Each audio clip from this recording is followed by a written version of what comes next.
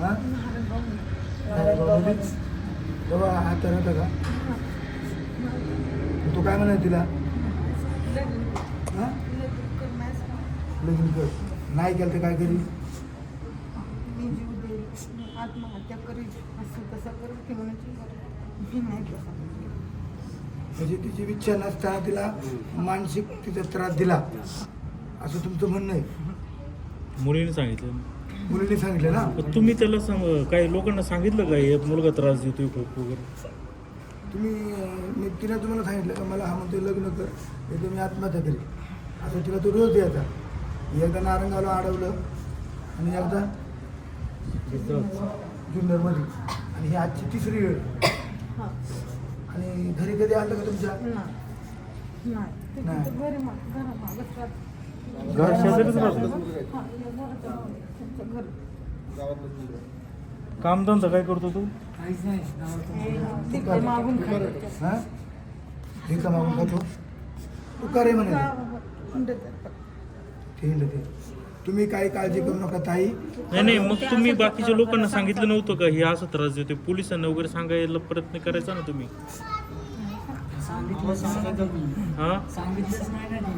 सांगितलं असतं तर ही घटना टळली असते ना. तू आम्ही इथं तिला जपली मुलीचं लगीन तुम्ही माणसं आहेत ना. डिप्लोमा करीत रडू नको सांगू. किती वर्ष झाले मालक गेले किती दिवस झाले? 2019 2019ला गेले. ते आजारी होते का काय आला या दवाखाना आलं ना. बरं हरकत नाही ताई तुम्ही रडू नका तुम्हाला धीर देतो आम्ही. तुम्हाला आता 10 वर्षी तुम्ही रोजंदारीला काम केले आंब्याच्या शाळेवर तर तुम्हाला मी शब्द देतो तर तुम्हाला तिथे 10 वर्ष तिथे कायदा आल्या शेतात त्यांचे 10 वर्ष भरले त्यांना कायम करले तर तुम्हाला तिथे करू. कारण हे का बोलतो तर तुमच्या मुलीनं मग अशी बोलताना आमच्याबरोबर मला माझ्या आईसाठी जगायची ते ती बोलली म्हणजे ती बोलते बोलली तुम्ही फसून जाऊ नका. चला रडू नका जाऊ त्याचा त्रास उचकी लागली पाणी वगैरे पाणी द्या पाणी तुम्ही कोण आहे?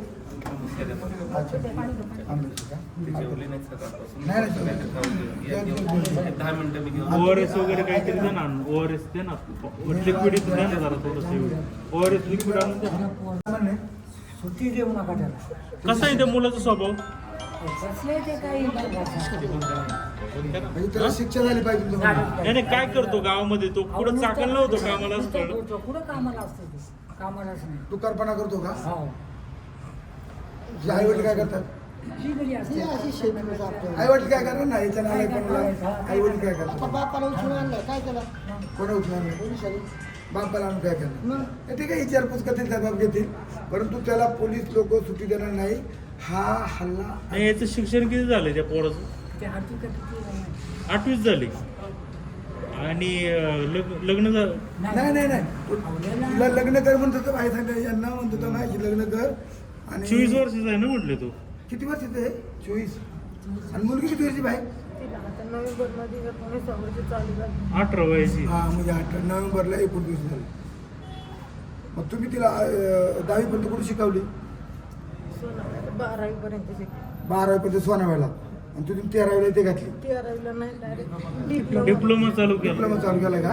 आणि हॉस्टेलला नंबर आला.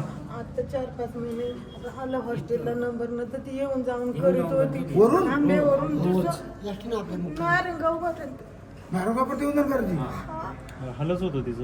रोज येऊन जाऊ. हॉस्टेलला म्हणजे पिलाची नंबर आला होता ना. आता नंतर हा ती आली तुम्ही फोन केला तर पिवाला बरोबर आला आठवलं मला त्याचं. मला मी तिथून जायचे नारंग तिथून जायचं तर रोज जाते माझ्या आलती म्हणजे साहेब माझ्या शाळेत कशी होती ती? शाळेत हुशार होती का? पहिलीपासून 12वी पर्यंत नापास नाही. एक वर्षाचा डिप्लोमा झालाय नापास नाही. म्हणजे शाळेला खूप हुशार होती. आणि तुमचं काय म्हणणं आहे गावकऱ्यांचं कारवाई व्हावी? झालीच पाहिजे. गुन्हेगाराला शिक्षा झाली पाहिजे अशी गावकऱ्यांची म्हणणं आहे. तुमचे सर बरोबर ना? कोणी का असं ना एखादा मिस्टर म्हणतो असा प्रसंग एखाद्या हाडवऱ्यावर येऊन आज वडील गेल्याच्या नंतर शिक्षण घेते मावशी ते रडते. माहिती पोरं तीच माय प्रॉपर्टी दुसरं काहीच नाही माझं. हे मुलगी हीच माझी प्रॉपर्टी असं ते आईचं म्हणणं आहे. म्हणजे तिचं दुःख ते आईचं त्यांनाच तुम्ही ताई आता खसायचं नाही तिला आपण नाही नाही, आता ती क्लिअर आहे, घाबरू नका तुम्ही. आता सगळं बोलते ती आता सांगितलं का मला माझ्या आईसाठी जगायची. जसे तुम्ही म्हणता ती मुलगी माझी प्रॉपर्टी आहे ना, तिथं पण खूप जीव आहे बरं. परमेश्वर तिला सावरील हा.